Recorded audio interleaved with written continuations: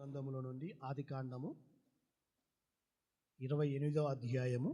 అంతే కదా? 28 కదా? 30 28 అయిపోయిందా? అయిపోలే. లాస్ట్ టైం 27 కదా. 2 వారాల కంటే ముందు 27. ఇస్సాకు దగ్గరికి ఏశావు యాకోబు ఆశీర్వాదం కోసం భోజనము. 28 అయిపోయిందా? రాసుకున్నారా? 29 అయిపోయిందా? 29 కూడా అయిపోయిందా? పోయిన వారం అయిపోయిందా? నిన్న వారం పురుగుతాను పండుగ కాదు, పోయిన వారం ఈస్టర్ పండుగ కాదు, ఏమంటారు ఈస్టర్ పండుగ. అటు పోయిన వారం మట్లాది వారం. 2 వారాలు గ్యాప్ వచ్చినాయి కదా.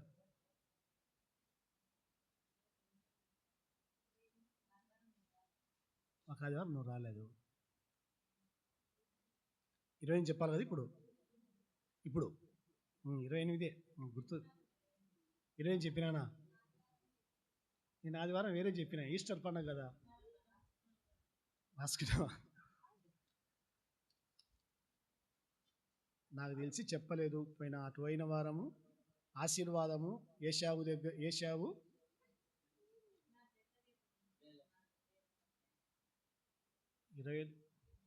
20 చెప్పినానా?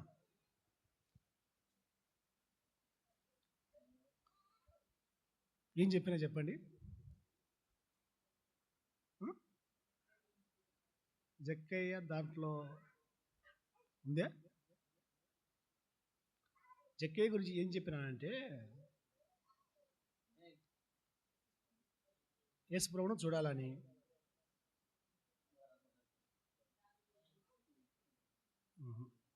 తప్పు చెప్తా. జక్కయ్య గురించి పోయిన వారం చెప్పినాను, కానీ సబ్జెక్ట్ వేరు. హల్లెలూయా, హల్లెలూయా. మీరు తప్పు చెప్తున్నారు. 28 చెప్పాలి. ఇప్పుడు చెప్పిన తర్వాత నేను చెప్పినా లేదో మీరు చెప్పండి. ఇప్పుడు చెప్పిన తర్వాత ఒకవేళ నేను చెప్పినా అంటే చెప్పండి ఒకసారి. 28వ అధ్యాయంలో రాయబడినటువంటి అంశం ఏమిటంటే, 27లో ఇస్సాకు భోజనం చేసి యాకోబును ఆశీర్వదించాడు అని చెప్పిన. అది అయిపోయింది. భోజనం చేసి యాకోబును ఆశీర్వదించినాడు అని తల్లిదండ్రులను బాగా చూసుకోవాలని అత్తోళ్ళు ఎవరు రాలే కదా, పెద్దోళ్ళు ఎవరు రాలే ఆ రోజు. అత్తోళ్ళు పెద్దోళ్ళు ఎవరు రాలేదు. వచ్చింటే బాగుండని చెప్పిన. వాటికి పెద్దలను బాగా చూసుకోవాలా, అత్తోళ్ళను బాగా చూసుకోవాలా అని చెప్పి యాకోబు తన తండ్రికి భోజనం పెట్టి ఇస్సాకు దగ్గర ఆశీర్వాదాలు పొందాడు అని నేను చెప్పాను పోయిన 2 వారాల క్రితం. అయితే యాకోబు ఏశావుకు తెలియకుండా ఇస్సాకు దగ్గరికి వచ్చి, ఇస్సాకు ఏశావుకు చెప్పాడు, నేను తిని వృద్ధాప్యంలో ఉన్నాను, నిన్ను ఆశీర్వదిస్తాను, నా కోరిక తీర్చు బాబు అంటే ఇస్సాకు అరణ్యం పోతాడు వేట మాంసం కోసం. పోయిన తరువాత యాకోబు తన తల్లి, మీ అన్న అరణ్యం వెళ్ళినాడు కాబట్టి మీ తండ్రికి ఇష్టమైన ఆహారమును నేను సిద్ధపరుస్తాను, నువ్వు తీసుకొని వెళ్ళి నీ తండ్రికి ఇచ్చినట్లయితే తింటాడు, నిన్ను ఆశీర్వదిస్తాడు యాకోబు అని తల్లి రిబ్కా యాకోబు చెప్పినప్పుడు యాకోబు ఆహారం తీసుకొని వెళ్ళి ఏశావును మోసం చేసి, ఏశావు రాకమునుపే, ఏశావు కంటే ముందుగానే యాకోబు తనకిష్టమైనటువంటి తండ్రికి ఇష్టమైన భోజనం పెట్టి, యాకోబు భోజనం పెట్టిన తర్వాత ఏశావు తిని యాకోబును ఆశీర్వదిస్తాడు.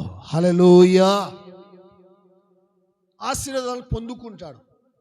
ఏశావు కూడా వస్తాడు, నన్ను కూడా ఆశీర్వదించు, నా భోజనం తిను అని.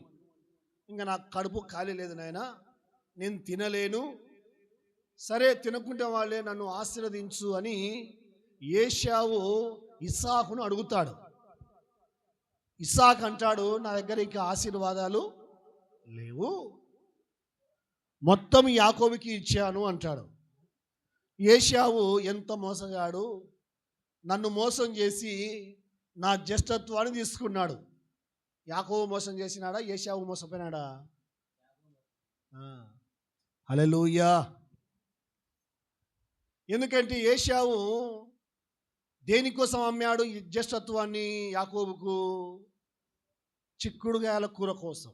ఏ కూర అండి? చిక్కుడుగాయల కూర కోసం. కడుపు కోసం ఏం చేశాడంటే ఏశావు జ్యేష్ఠత్వాన్ని అమ్మాడు. జ్యేష్ఠత్వం అంటే ఏంటంటే కుటుంబములో మొట్టమొదటిగా పుట్టినటువంటి వారిని ఏమంటారంటే జ్యేష్ఠత్వము అంటారు, జ్యేష్ఠ కుమారుడు అంటారు. లాస్ట్లోనే ఏమంటారు? కనిష్ట కుమారుడు అంటారు. పెళ్లి పత్రికలు రాస్తుంటారు కదా, నా జ్యేష్ఠ కుమారుడు, నా కనిష్ట కుమారుడు, నా జ్యేష్ఠ కుమార్తె, నా జ్యేష్ఠ కుమార్తె, కనిష్ట కుమార్తె. అంటే మొదటి వాళ్ళను జ్యేష్ఠులు అంటారు, చివరి వాళ్ళను కనిష్ఠులు అంటారు. అయితే యేసుక్రీస్తు ప్రభుల వారు నమ్ముకొని మనము జ్యేష్ఠత్వాన్ని ఆయన ప్రియమైన కుమారులుగా మార్చబడ్డాం. హల్లెలూయా. కాబట్టి ఈ ఏశావు యాకోబు మోసం చేశాడని యాకోబును చంపడానికి ఏశావు ప్లాన్ వేశాడు. ఎవరిని చంపడానికి పోయినాడు ఇప్పుడు? ఎవరిని చంపడానికి? అన్న తమ్ముడు చంపనీకి. ఎందుకోసం అండి? ఆశీర్వాదాలు దోచుకున్నాడని. యాకోబు ఆశీర్వాదాలన్నీ పొందుకున్నాడని. అయితే లోకములు అయితే ఆశీర్వాదాల కోసం చంపుకోవడం లేదు, కానీ దేనికోసం చంపుకుంటున్నారు? ఆస్తుల కోసం. అన్నదమ్ములు పెనబడ్డారంటే ఆస్తుల కోసమే. అన్నదమ్ములు పెనబడ్డారంటే బంగారు కోసమే. అన్నదమ్ములు పెనబడ్డారంటే ఒక ఊర్లో ఒక్కొక్కరికి 30 ఎకరాల పొలం ఉంది అన్నదమ్ములకి, ఇద్దరే. వాళ్ళమ్మ ఒక సంవత్సరం చిన్న కొడుకు కాడ, ఒక సంవత్సరం పెద్ద కొడుకు కాడ. చిన్న కొడుకు కాడ ఉన్నప్పుడు పుట్టెక్కి చచ్చిపోయింది. చచ్చిపోయేది ఆమె ఏం చేసిందంటే ఆమె మెడలో ఉన్నటువంటి 2 తులాలు బంగారు ఉంటుంది కదా, తాలుబొడి సట్టు, చిన్న కొడుకు ఇచ్చింది. ఈ చిన్న కొడుకు ఏం చేశాడంటే తీసుకుపోయి బ్యాంకులో పెట్టినాడు. పెద్ద కొడుకు అమ్మ దగ్గర బంగారు ఉంది కదా, యాడికి పోయింది? 2 తులాలు 3 తులాలు ఉంటుంది కదా తాలుబొడి సట్టు. ఆ 2 తులాల బంగారు కోసము అన్నదమ్ములు గొడవపడి నేటి వరకు అన్నదమ్ములు మాట్లాడుకోరు. దేనికోసం అంట? 2 తులాల బంగారు కోసం. అమ్మా నాయన సంపాదించి 30 ఎకరాలు పొలం ఇచ్చినారు. 30 ఎకరాలు పొలం కాదని మళ్ళీ ఏం కావాలంటే వీళ్ళకు ముసలిదాన్ని బంగారు కూడా కావాలంట. అంటే గొడవ. యాకోబు తండ్రి దగ్గర ఆశీర్వాదాలు ఏశావుకు తెలియకుండా సంపాదించుకున్నాడని ఏశావు చంపనీకి పరిగెత్తాడు. అయితే తల్లి వచ్చి 28వ అధ్యాయంలో తల్లి వచ్చి, రే నువ్వు ఎక్కడున్నా బాగుంటే చాలు, కాబట్టి నీవు నా పుట్టింటికి పరిగెత్తు. హల్లెలూయా. కష్టం వచ్చి గుర్తొచ్చేది ఎవరు? అమ్మా పుట్టిల్లే. పుట్టింటి కాడ అమ్మ కానీ, నాన్న కానీ, అక్క కానీ, చెల్లి కానీ, తమ్ముడు కానీ, తోబుట్టులు ఉంటారు. కాబట్టి తల్లి, తండ్రి, తోబుట్టులు, అక్క చెల్లెలు ఉంటారు. కాబట్టి వాళ్ళు గుర్తుకొచ్చారు. వాళ్ళతోనే ఎక్కువ పొలంలో మాట్లాడతారు. అవునా? తోడుకోళ్ళతో ఎక్కువ పొలంలో మాట్లాడతారా? పుట్టినతో ఎక్కువ ఫోన్లలో మాట్లాడతారా? అమ్మకు ఫోన్ చేసి తిన్నావా అమ్మా, చేసుకున్నావా అమ్మా, ఏం చేస్తారావమ్మా, ఏం చేసుకున్నావమ్మా, పప్పు చేసుకున్నా అంటే ఏం పప్పు?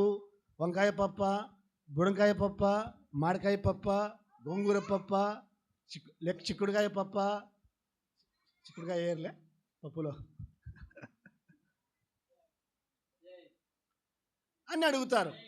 ఎవరిని? పుట్టింటికి ఫోన్ చేసి. అత్తను మాత్రం కనీసం తిన్నామన్నా కూడా పలకలేరు. పలకరించారా? పలకలేరు. ఎందుకంటే అత్త ధైర్యంగా కనపడుతుంది, అమ్మ దేవతలా కనపడుతుంది. హల్లెలూయా, హల్లెలూయా. అందరు లేండి, కొందరు ఉంటారు ప్రభుని ఎరగనని వాళ్ళు. ప్రభుని తెలిసిన వాళ్ళు కాదు, ప్రభును తెలియని వాళ్ళు ఉంటారు. ప్రభుని తెలిసిన వాళ్ళు మాత్రం అత్త అమ్మలాగానే చూసుకుంటారు. హల్లెలూయా. ప్రభుని తెలిసిన వాళ్ళు మామను నాన్నలాగానే చూసుకుంటారు. హల్లెలూయా. ప్రభువులు తెలిసిన వాళ్ళు భార్యను చెల్లిలాగా తల్లిలాగా చూసుకుంటారు. హల్లెలూయా. అని ఈ రిబ్కా ఏం చేసిందంటే, ఇదిగో మా అన్న ఉన్నాడు, వెళ్ళు నాయనా, అక్కడే వెళ్ళి అక్కడే పెళ్లి చేసుకో, అక్కడే వెళ్ళి అక్కడే పెళ్లి చేసుకో అని చెప్పారు. రిబ్కా చెప్తే సర్లేని ఈ యాకోబు ఉన్నపాటున ప్రయాణమై వెళ్ళాడు. కొంచెం ముందు జరుపుకున్నా. ఏమన్నా నీకు అడ్డామా? ఇటు జరుపుకోవాలి. ఇలా జరుపుకోగా. ఓకే. ప్రయాణమై యాకోబు బయలుదేరి వెళ్ళాడు. బయలుదేరి వెళుతూ ఉన్నప్పుడు ఏం జరిగిందంటే, చీకటి పడింది. చీకటి పడిన తరువాత ఈ యాకోబు ఒక రాయి తీసుకొని తల కింద పెట్టుకొని నిద్రపోయాడు. మనము నిద్ర వచ్చినప్పుడు రాయి పెట్టుకుంటామా, దిండు పెట్టుకుంటామా? దిండు పెట్టుకుంటాం. యాకోబుకు దిండు లేదు కాబట్టి రాయి పెట్టుకున్నాడు. ఈ రాయి ఎవరు? ఈ రాయి ఎవరు? యేసు ప్రభు. హల్లెలూయా, హల్లెలూయా. క్రీస్తు అనే బండ పైన మన పాదాలను ఆయన నిలిపాడని బైబిల్ చెప్తూ ఉంది. ఆ రాయి తలకాడ పెట్టుకొని నిద్రలోకి పోయాడు. నిద్రలోకి పోతే యాకోబుకు కల వచ్చింది. ఏ కల వచ్చింది? డబ్బులల్లా బీరువాలు నిండినట్ట, బంగారు చేత బీరువా నిండబడినట్ట, బట్టల చేత బీరువా నిండబడినట్ట, పంట వేసి మంచి పంట వచ్చినట్ట. ఏ కల వచ్చింది యాకోబుకు? మొగుతో కొట్లాడినట్ట, భార్యను కొట్టినట్ట, అత్తను కొట్టినట్ట, మామను తిట్టినట్ట. ఏ కల వచ్చింది? నా వైపు చూడాలి, నా వైపు చూడాలి అందరు. Eyes to eyes, face to face. Hallelujah. దాపరికం లేదు, ఏం లేదు. ఏదన్నా కానీ సూటిగానే మాట్లాడుకుందాం, తెలుసుకుందాం. హల్లెలూయా, హల్లెలూయా. చూడండి, యాకోబుకు కలలో ఎవరొచ్చారు? ఏమొచ్చింది? బైబిల్ చెప్తూ ఉంది, యాకోబు నిద్రలోకి పోయినప్పుడు కలగన్నాడంట. ఒక ఆయనకు పెళ్లికి ఆయనంట, దండలు మార్చుకున్నారు, ఎంగేజ్మెంట్ అయిపోయింది. ఎంగేజ్మెంట్ అయిన ఈ అబ్బాయి పనికి వెళ్ళి మత్స్సు మీద అనుకున్నాడు. తెలుసు కదా మత్స్సు అంటే? పైన ఉంటుంది మత్స్సు. ఇంట్లో పాతకాలంలో పైన మత్స్సు ఉంటుంది. మత్స్సు మీద కట్టెలు, కత్తులు, విలువైన సామాన్లు కింద అడ్డం ఉంటాయని పైన పెడతారు. గొడ్డేలి, కోడేలి, సలక, పార అన్నీ పైన పెడతారు.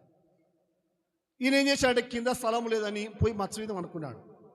మత్స్సు మీద అనుకొని ఈ పెళ్లి ఖాయమైన అబ్బాయి ఏం చేశాడంటే, పెళ్ళైనట్టు, భార్య ప్రక్కలో ఉన్నట్టు, మంచం మీద ఇరుకైనట్టు జరుగంటున్నాడు. అంటే ఎక్కడ?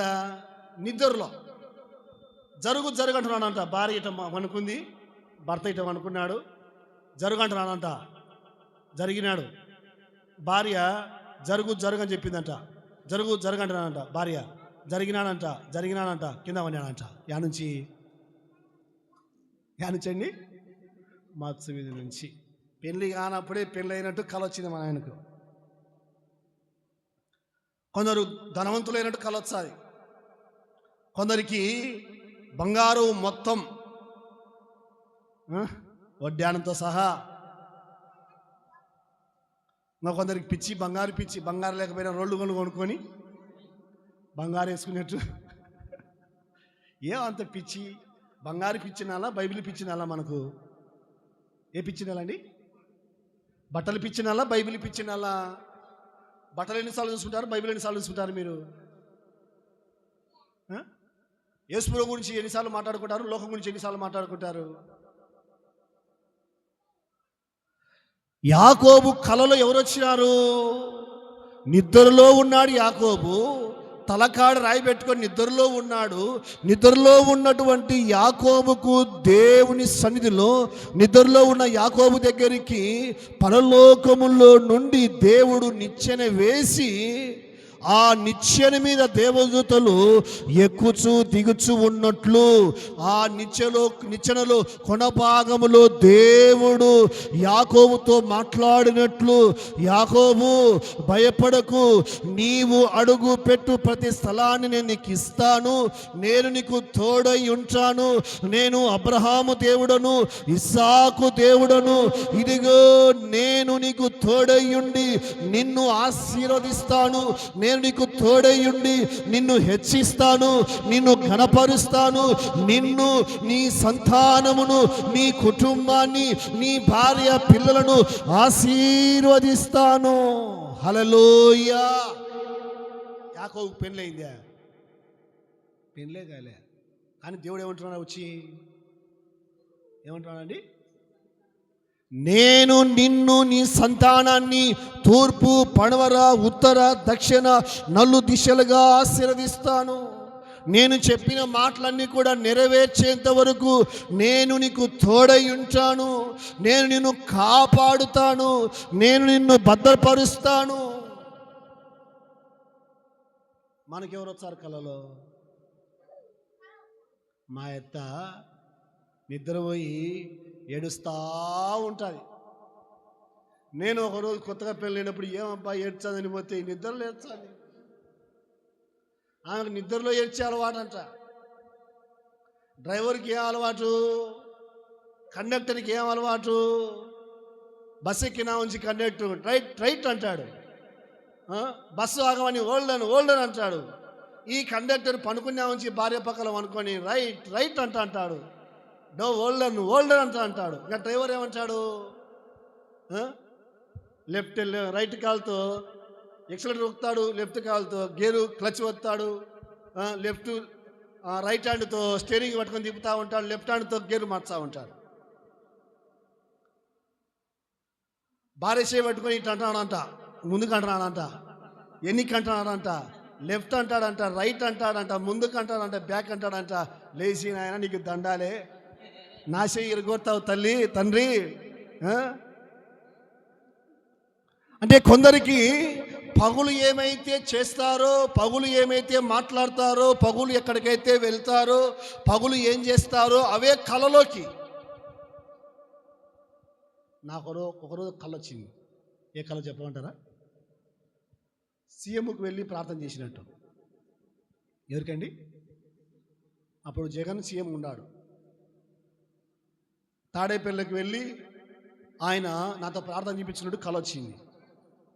నేను సంపత్తి చెప్పాను, రే ఇట్లా కళ వచ్చేది అంటే వాడు అంటున్నాడు, దేవుడు సాయం చేయాలి అంకుల్. హల్లెలూయా, హల్లెలూయా.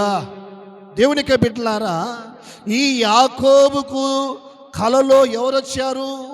కలలో ఎవరు కనపడ్డారు? కలలో ఎవరు కనిపించారు? దేవుడు కనిపించాడా? దయ్యం కనిపించిందా? ఫ్యూచర్ కనిపించిందా? లేకపోతే ఏం కనిపించింది యాకోబుకు? దేవుడు తన జీవితంలో ఎలా తోడుంటాడో, ఏం చేస్తాడో, ఎంత గొప్పగా చేస్తాడో, సంతానాన్ని ఎలా దీవిస్తాడో, ఇవన్నీ కూడా దేవుడు ఆ యాకోబు యొక్క జీవితంలో గొప్ప కార్యం చేస్తాడు. హల్లెలూయా. మనం అక్కడ ప్రార్థన చేస్తూ ఉంటాం కదా, వచ్చి ఆటంకం వచ్చింది కదా మనకు. నాకు కళ వచ్చింది.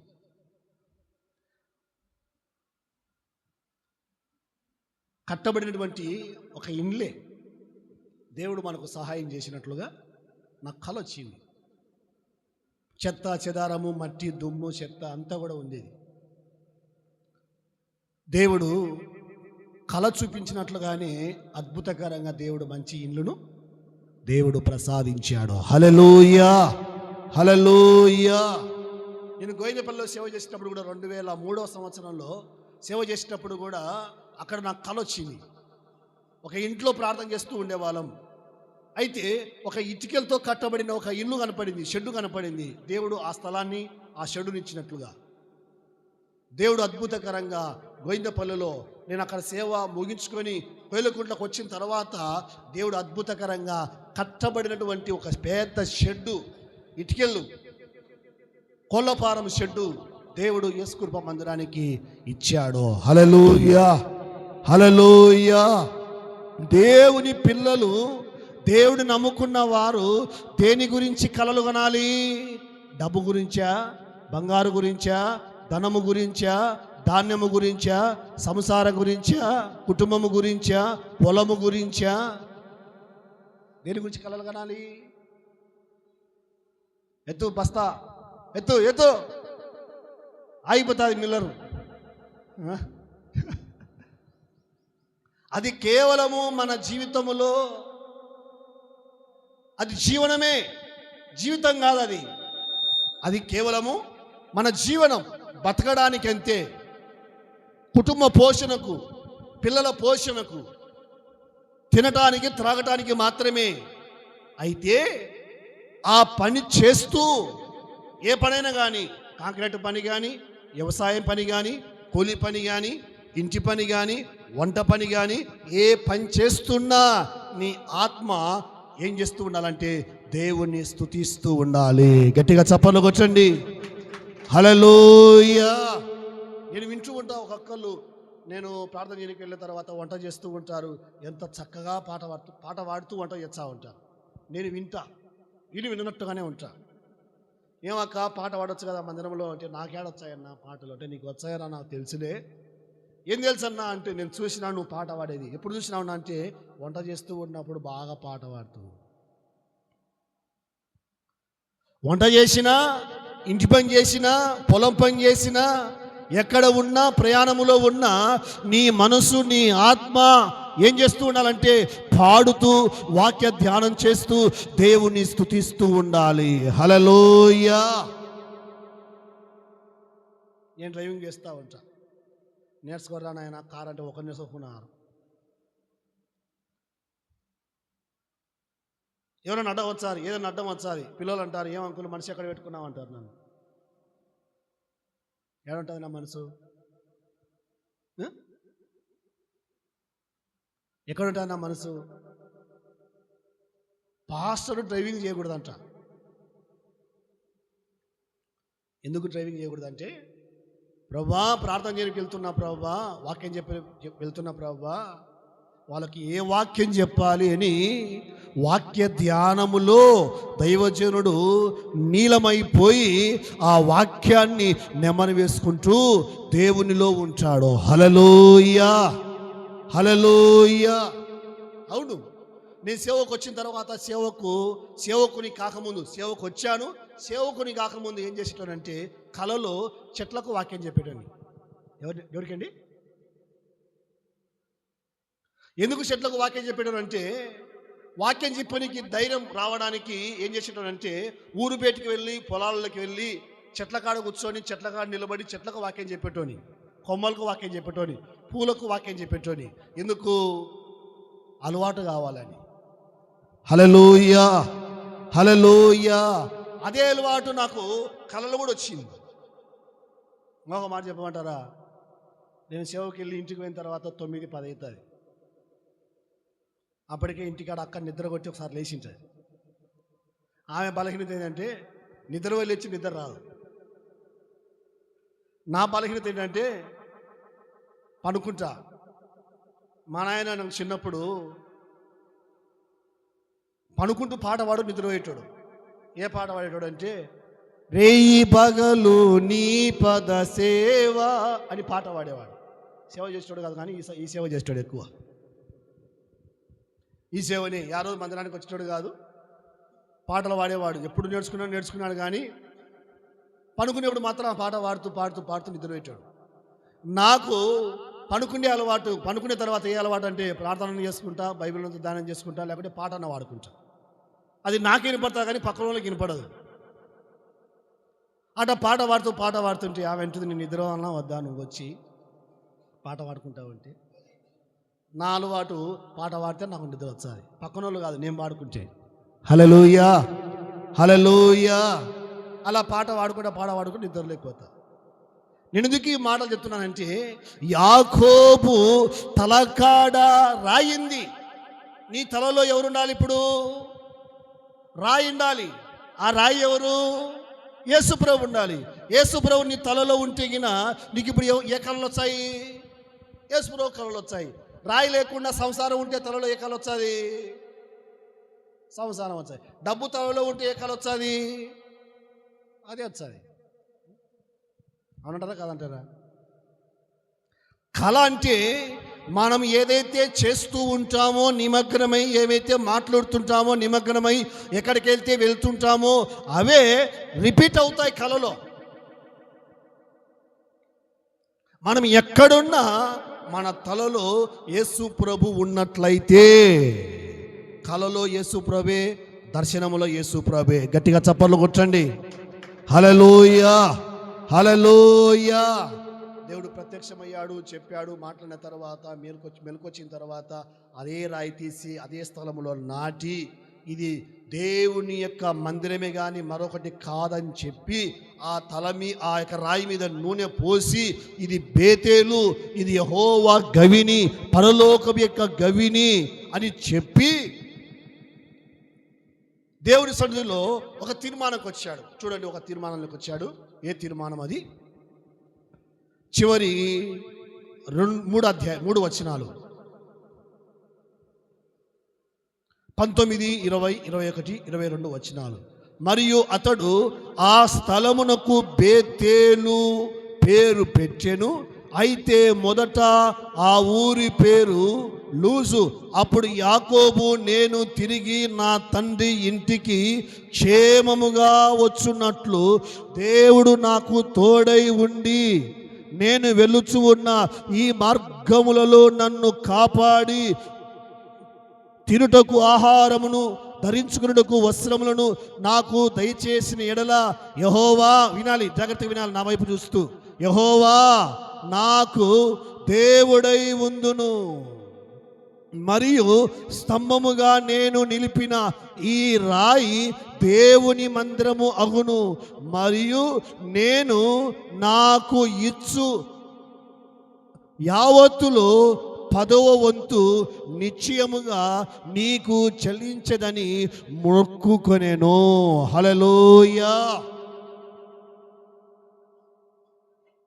దేవుడు కలలో మాట్లాడి, కలలో వాగ్దానాలు చేసి, కలలో నీవు, నీ సంతతి, నీ కుటుంబం ఇలాగ ఉంటాయని చెప్పిన తర్వాత యాకోబు, సరే ప్రభువా, నేను వెళ్ళే ప్రతి మార్గములో నీవు నాకు తోడుగా ఉండి తినటానికి ఆహారము, ధరించుకోవడానికి వస్త్రాలు, త్రాగడానికి నీళ్లు నీవు నాకు అన్నీ ఇచ్చి తిరిగి నన్ను నా తల్లిదండ్రుల ఇంటికి క్షేమముగా నడిపించినట్లయితే దేవా, నీవు నాకు ఇచ్చిన యావత్తులో నేను నీ కొరకు నేను 10వ భాగం ఇస్తాను.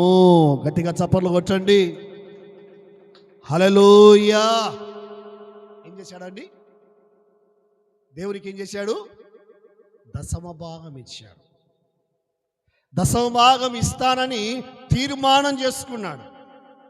హల్లెలూయా హల్లెలూయా. దేవుడు ఇచ్చిన తర్వాత దేవునికి మనం ఏం చేయాలంటే, ఖచ్చితంగా 10వ భాగం అనేది ఎవరి సొమ్ము? ఎవరి సొమ్ము అండి? దేవుని సొమ్ము. ఎక్కడుంది ఆ మాట? లేవి కాండములో స్పష్టంగా చివరి అధ్యాయములో మనకు ఆ మాటలు కనిపిస్తాయి.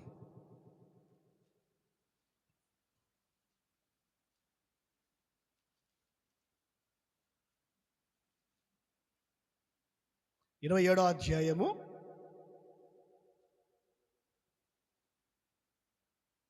30వ వచనం చదవండి. భూధాన్యములలో నేను, వృక్ష ఫలములో నేను, భూ ఫలములన్నిటిలో 10వ భాగము యెహోవా సొమ్ము. అది యెహోవాకు ప్రతిష్ఠితమగును. హల్లెలూయా, హల్లెలూయా. దశమ భాగం ఎవరి సొమ్ము అంట? యెహోవా సొమ్ము. దశమ భాగం అనేది అది మనం తినకూడదు, మనం వాడకూడదు, మనం ముట్టకూడదు, మనం తీసుకోకూడదు. రైలు సొమ్ము ఎవరిది? గవర్నమెంట్ది. రైలు కమ్మి కానీ, రైలు ఇనుము కానీ, రైలు ముక్క కానీ తెచ్చుకోవచ్చా? మనం తెచ్చుకుంటే జైలే కదా. అంతే దేవుని సొమ్ము కూడా అంతే.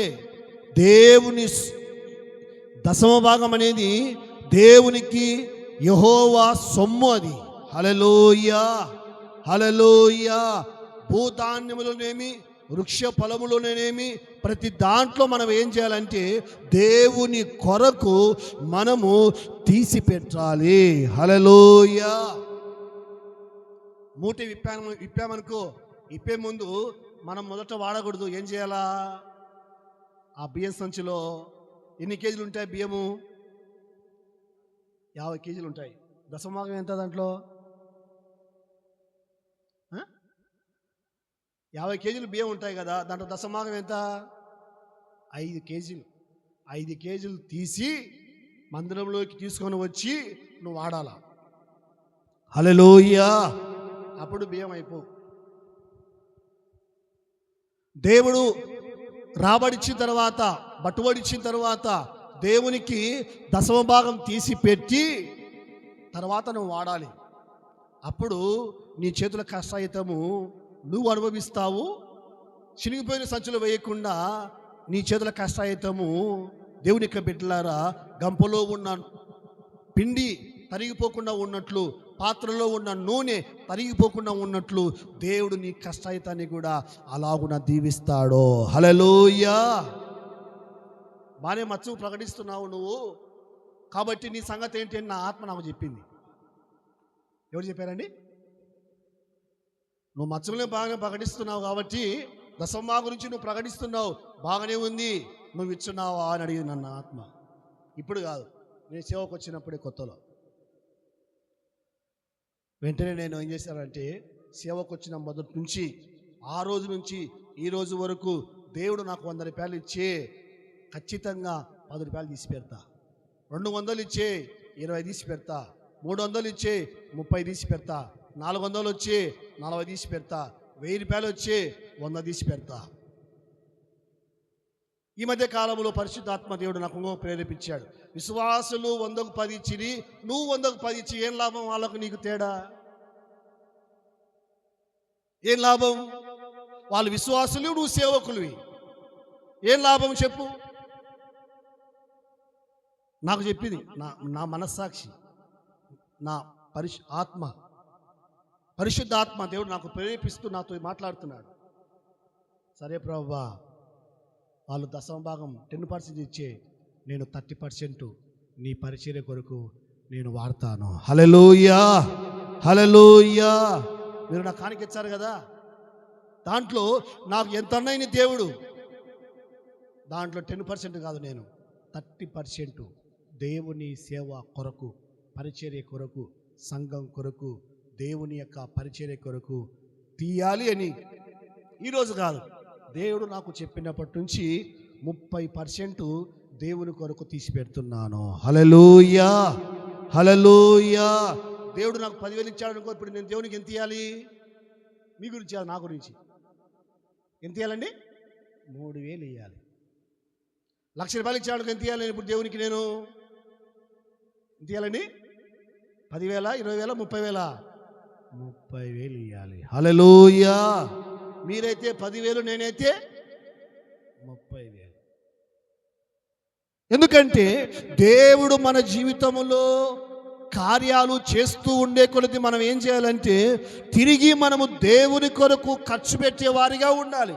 యాకోబు అదే అంటున్నాడు, దేవా నీవు నాకు తినడానికి ఆహారము, త్రాగడానికి నీళ్లు, ధరించుకోవడానికి వస్త్రాలు ఇచ్చినట్లయితే, నన్ను నా పనిలో తోడుగా ఉండి క్షేమముగా నా తల్లి ఇంటికి నడిపించినట్లయితే, నేను నా ఆస్తిలో, నా రాబడి అంతటిలో, నాకు కలిగిన ప్రతి దాంట్లో నీ కొరకు నేను 10వ వంతు ఇస్తాను. హల్లెలూయా. ఇచ్చాడా? దేవుడు సమృద్ధిగా దీవించాడు. వెళ్ళాడు, 4 భార్యలు, 12 మంది సంతానము, గొర్రెలు, బంగారు, వెండి, నగలు, ఆస్తి, ఐశ్వర్యాన్ని దేవుడు సమృద్ధిగా ఇచ్చాడు. ఇచ్చిన తర్వాత తిరిగి రిటర్న్ వేస్తూ ఉన్నాడు తల్లి ఇంటి దగ్గరికి. వస్తూ ఉంటే ఏశావు ఎదురయ్యాడు. ఏశావు ఎవరు? ఏశావు ఎవరండి? ఏశావు అన్న కదా. ఏశావు అన్న. ఏశావు దగ్గర నుంచి, ఇంటి దగ్గర నుంచి పారిపోయినాడు కదా. ఎందుకు? ఏశావు యొక్క జ్యేష్ఠత్వాన్ని, ఏశావు యొక్క ఆశీర్వాదాలు యాకోబు మోసం చేసి సంపాదించుకున్నాడు కదా. కాబట్టి ఏశావు ఎదురయ్యాడు, సైన్యాన్ని పంపించినాడు. యాకోబు భయం వేసింది. మా అన్న నన్ను ఇంకా మర్చిపోలేదు. పగబట్టినాడు. నన్ను, నా భార్య, పిల్లలను ఏం చేస్తాడో, నా ఆస్తిని ఏం చేస్తాడని ఈ యాకోబు ఏం చేశాడంటే, దేవునికి 10వ భాగం ఇస్తానని చెప్పిన ఈ యాకోబు ఏం చేశాడంటే,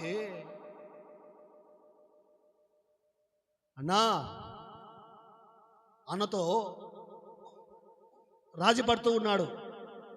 ఫస్ట్ యాకోబు దగ్గరికి భార్యలను, పిల్లలను పంపించాడు. ఎందుకంటే పిల్లలను చూసి కనికర పడతాడేమో అని. ఆడికి ఓకే, తను సంపాదించిన ఆస్తి యాకోబుకి ఇవ్వడానికి, ఏశావుకి ఇవ్వడానికి పంపిస్తూ ఉన్నాడు. తీసుకుని వెళ్ళి ఏశావుకి ఇచ్చినాడు. ఏశావు అయితే తీసుకోలేదు.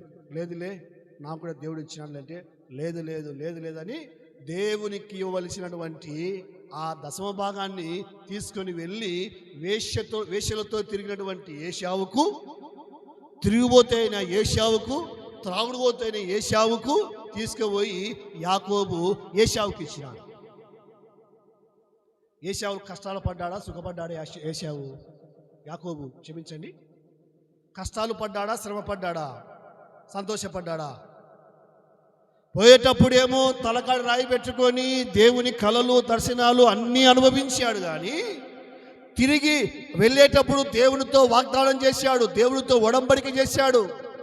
అయ్యా, నా 10వ భాగాన్ని నీకు ఇస్తాను, 10వ వంతు నీకు ఇస్తానని చెప్పిన ఈ యాకోబు వెళ్ళాడు. భార్యలు, పిల్లలు, గొర్రెలు, మేకలు, ఎద్దులు, గాడిదలు, ఆస్తి, ఐశ్వర్యాన్ని దేవుడు సమృద్ధిగా ఇచ్చాడు. కానీ ఈ దేవుని ఆశీర్వాదాలు పొందిన యాకోబు దేవునికి ఇవ్వకుండా ఏం చేశాడంటే, వేశ్యలతో తిరిగినటువంటి ఏశావుకు, త్రాగుడుపోతున్నటువంటి ఏశావుకు తన 10వ భాగం తీసుకుని ఇచ్చాడు.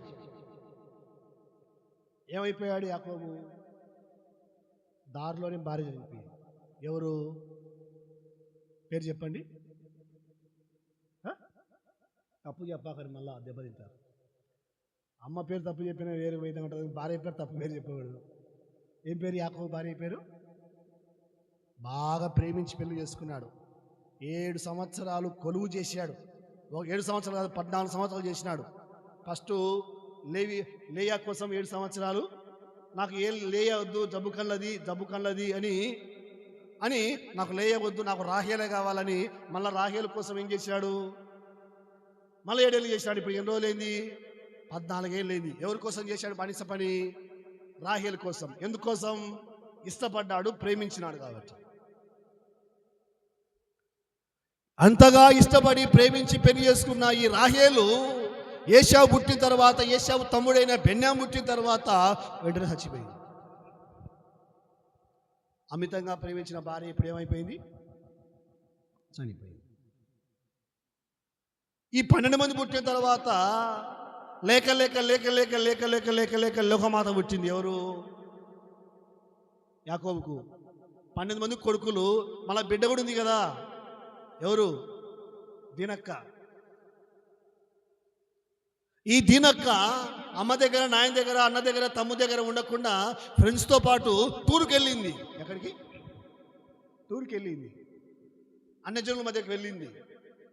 అక్కడ ఉన్నటువంటి అన్యజనుడు రాజు యొక్క కొడుకు దీనా మీద మనసు పడ్డాడు, పాపం చేసినాడు, క్షీణించినాడు. ఇంటికి వచ్చి నేర్చుకుంటా. ఇప్పటికి శోకం ఎవరికండి? తండ్రికే కదా. అయ్యో అయ్యో, మన దేశం కానీ దేశం వచ్చినా మన దేశం కాదు, మన ఊరు కాదు, మన పట్టణం కాదు, మన బంధువులు లేరు, మన వాళ్ళు ఎవరు లేరురా, ఎంత పని చేసినావు తల్లి అని బాధపడుతూ ఉంటే పాపం చేసిన ఆ వ్యక్తి దగ్గరికి వచ్చాడు. ఇష్టపడ్డాను, ప్రేమించినాను, సేవించినాను, పాపం చేసినాను, కాబట్టి నీ బిడ్డ నాకు నేను పెళ్లి చేసుకుంటా అన్నాడు. ఎవరు? అన్యజనుడు, లోకస్తుడు, విగ్రహాధికుడు, దేవుడు నమ్మినోడు కాదు, పరిశుద్ధుడు కాదు, నీతిమంతుడు కాదు, విశ్వాసి కాదు, భక్తిపరుడు కాదు, అన్యజనుడు. సరే, ఏదేమైపోయింది, ఇంకా పొరపాటు జరిగిపోయిందని యాకోబు పెళ్లి చేసినాడు. అన్నలు ఒప్పుకోలేదు, వద్దు, వాళ్ళ అన్యజనులు, మనం దేవుని బిడ్డలం, వాళ్ళు సున్నత లేని వారు, మనం సున్నత కలిగిన వాళ్ళమని అన్నలు ఒప్పుకోలేదు. ఏదేమైనా జరిగిపోయింది కదా పొరపాటు అని పెళ్లి చేసినాడు. బిడ్డను పంపించినాడు. బిడ్డను పంపించిన తర్వాత ఈ యాకోబు యొక్క కొడుకులు ఉన్నారు కదా, రాత్రి వెళ్ళి అల్లుణ్ణి, బామర్దిని, అమ్మ నాయనను, ఊరంతటిని కూడా ఏం చేశారంటే కత్తులు తీసుకొని చంపేసినారు. యాకోబు, రే మన ఊరు కాదురా, మన దేశం కాదురా, ఎంత పని చేసినారా అని బూడిద మీద కూర్చొని బూడిద తలపై వేసుకొని ఎలుగెత్తి ఏడుస్తూ ఉన్నాడు.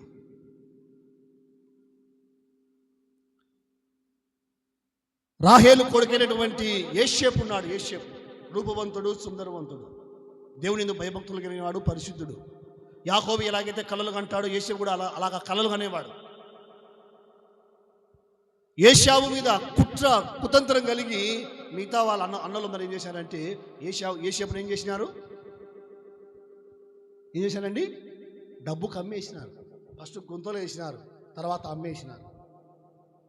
అమ్మేసి మురుగన్ తిందని, ఇదిగో మీ అన్నగాళ్ళు పలానా చోట గొర్రెలు పెట్టుకుంటున్నారు, పోయి సర్దిచ్చిరా అని ఏషేపును పంపించి ఏషేపును ఏం చేశారంటే ఏషేపును పోతిఫరుకు అమ్మేసి ఒక గొర్రెమేకను చంపేసి ఆ గొర్రెమేకను యేసేపు యొక్క వస్త్రాలు తీసి ఆ రక్తములో తడిపి ఆ వస్త్రం తీసుకొని వచ్చి, ఇదిగో తండ్రి, ఇదిగో ఈ వస్త్రాలు యేసేపు కాదో ఒకసారి గమనించు.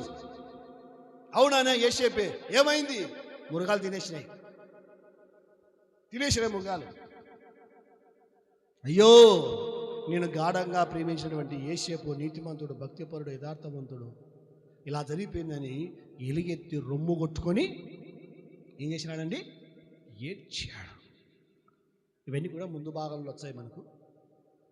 నేను ఎందుకు ఈ మాట చెప్తున్నానంటే, యాకోబు దేవుని కలలు పొందిన యాకోబు దేవుడు ఏదైతే చెప్పాడో, ఏది పొల్లు కానీ తప్పు కానీ పోకుండా దేవుడు చెప్పిన మాట భూమి ఆకాశము గతించినా గతించిపోతాయి, కానీ ఒక పొల్లైనా ఒక సున్నైనా తప్పిపో. అయితే ఇప్పుడు తప్పిపోయింది ఎవరు? యాకోబు.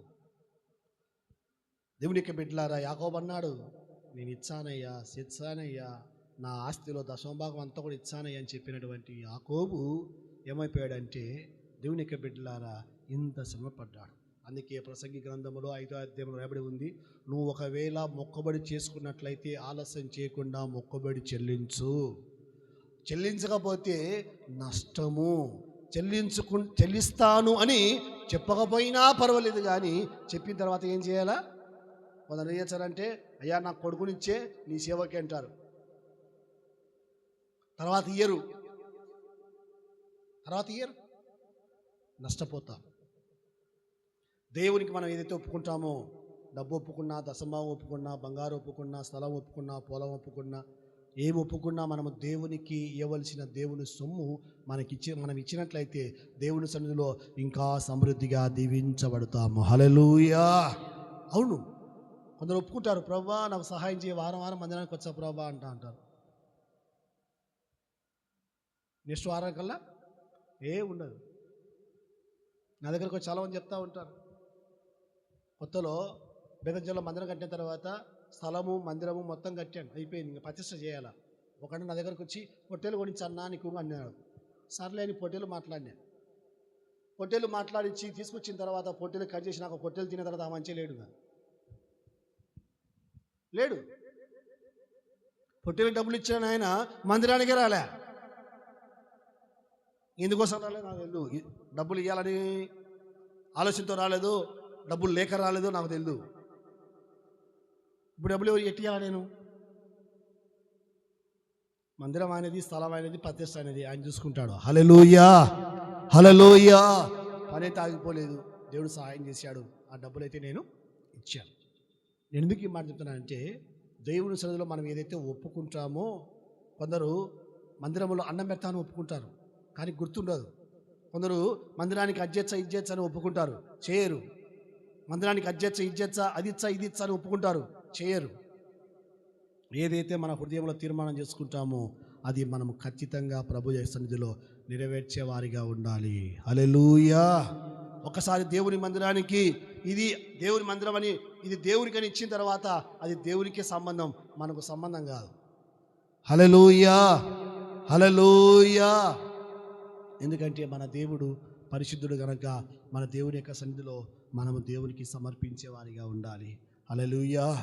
మన దేవుడు మనకు ప్రాణం ఇచ్చాడు, రక్తం కార్చాడు, గాయాలు పొందాడు, సిలువను మోసాడు, నలిగి కరిగి ఇరిగిపోయాడు. ఇంత గొప్ప దేవునికి మనం ఏమిచ్చినా ఆయన రుణము తీరిపోదు. ఆరోగ్యం ఇచ్చింది ఎవరు? ఐశ్వర్యం ఇచ్చింది ఎవరు? భార్యనిచ్చింది ఎవరు? పిల్లల్ని ఇచ్చింది ఎవరు? ఇల్లునిచ్చింది ఎవరు? పొలం ఇచ్చింది ఎవరు? ధాన్యం ఇచ్చింది ఎవరు? డబ్బు ఇచ్చింది ఎవరు? పింఛన్ ఇచ్చింది ఎవరు? చెప్పండి, దేవుడే కదా. ఇన్నిచ్చిన దేవునికి మనం ఏం చేస్తున్నాం, ఏమిస్తున్నాం అనేది దేవుని సన్నిధిలో మనము బాగా గుర్తుపెట్టుకోవాలి. ఎందుకంటే మన దేవుడు మన కోసం ప్రాణమే ఇచ్చాడు. మనం ఏమి ఇచ్చినా, బైబిల్ ఉంది కదా, నా జ్యేష్ఠ కుమారుని ఇచ్చిన వేలాది నదులంతా విస్తారమైన తైలాన్ని ఇచ్చినా నీ రుణము తీరిపోదు. వేలాది నదులంతా విస్తార తైలము నీకిచ్చిన చాలునా. హల్లెలూయా. పాట పాడతాం కానీ పాట ప్రకారం మాత్రం ఉండదు. దేవుని యొక్క బిడ్డలారా, మన దేవుడు మనకు ఏది తక్కువ చేయకుండా, కొదవ లేకుండా సమస్తాన్ని ఇస్తున్నాడు. కాబట్టి దేవుని స్థితిలో మనం కూడా మనకు కలిగిన దాంట్లోనే మనము దేవునికి కావలసిన, దేవునికి ఇవ్వవలసిన సొమ్ము మనము దేవునికి ఇచ్చేవారిగా ఉండి దేవుని యొక్క ఆశీర్వాదాలు మన జీవితంలో పొందుకుందాం. దేవుడి మాటలు మన హృదయంలో దీవించునుగాక. ఆమేన్. మోకరించండి, ప్రార్థనలో ఏకీపించండి. పరిశుద్ధుడా, ప్రేమగల తండ్రి, గొప్ప నాయన యేసయ్య, మీ పాదములకు స్తోత్రాలు తండ్రి. ఈ సమయంలో ప్రభా మా అందరితో మీరు మాట్లాడిన గొప్ప మాటలు బట్టి, అమూల్యమైన మాటలు బట్టి మీ పాదములకు స్తోత్రాలు చెల్లిస్తున్నాము తండ్రి. నాయనా, నా తండ్రి, నా దేవా, నా ప్రభా, మా రాజా, మా రక్షక, స్తోత్రాలు చెల్లిస్తున్నాము తండ్రి. నాయనా, యాకోబు గురించి 28వ అధ్యాయంలో మీరు మాట్లాడిన గొప్ప మాటలు బట్టి స్తోత్రాలు చెల్లిస్తున్నాము. తల్లి దగ్గర నుంచి, తండ్రి దగ్గర నుంచి, అన్న దగ్గర నుంచి బయలుదేరి అయ్యా గొప్పగా నైనా నీ దర్శనాలు, నీ కళలు చూసే భాగ్యాన్ని తండ్రి యాకోబుకు మీరు ఇచ్చిన విధానాన్ని బట్టి స్తోత్రాలు, వందనాలు చెల్లిస్తున్నాము తండ్రి. యాకోబు వలె మేము కూడా అయ్యా నీ సన్నిధిలో నీ గురించి, పరలోకము గురించి, పాతాళము గురించి, వాక్యము గురించి, ఆరాధన గురించి, పాటల గురించి ఆ నైనా కళలో మేమందరం కూడా చూసినట్లుగా సహాయం చేయండి. లోకస్తుల వల్ల మేము ఉండకూడదయ్యా, అన్యజనుల వల్ల మేము ఉండకూడదయ్యా, నామకర్త క్రైస్తవుల వల్ల మేము ఉండకూడదయ్యా. నిన్ను నమ్మి నీ గురించి, నీ పరలోకము గురించి, అయ్యా నీ వాక్యము గురించి, నీ మందిరాన్ని గురించి మేము కలలు అయ్యా దర్శనాలు చూస్తూ ముందుకు సాగుతున్నగా సహాయం చేయండి. నీ మాటలు విన్నటువంటి నన్ను, మమ్మల్ని కూడా ఒక్కొక్కరిని మనసారే పేరు పేరున జ్ఞాపకం చేసుకొని ఆశీర్వదించి దీవించి మీరే మహిమ పొందుమని తండ్రి మీ పాదములకు స్తోత్రాలు, వందనాలు చెల్లించుకుంటూ ఈ సమయంలో ప్రభువా మనసారా తండ్రి నీ బిడ్డలు ఆశీర్వదించండి. అనైనా ఓపికతో వచ్చారు తండ్రి, కుటుంబాన్ని అయ్యా సమస్తాన్ని వదిలిపెట్టి పని పాటలు వదిలిపెట్టి నీ సన్నిధికి వచ్చారయ్యా. నీ సన్నిధికి వచ్చిన నీ బిడ్డలతో మీరే నాయనా ఈ సమయంలో అయ్యా నా తండ్రి జ్ఞాపకం చేసుకొని దర్శించి ఆశీర్వదించి దీవించి నీ కృపతో నింపి నీ ఆత్మతో నింపండి. మా కొరకు ప్రాణమే పెట్టారు, రక్తమే కట్టారు, గాయాలు పొందారు, సిలువను మోశారు, నలిగి కరిగి ఇరిగిపోయారు తండ్రి. ఇన్ని మేలు చేసిన మీకు ఏమి చెల్లించలేక మా స్తుతి ఆరాధన మీ ప్రియకుమారుడు మా రక్షకుడైన యేసయ్య పరిశుద్ధమైన నామములో మీకే సమర్పించి వేడుకుంటున్నాము తండ్రి. ఆమేన్.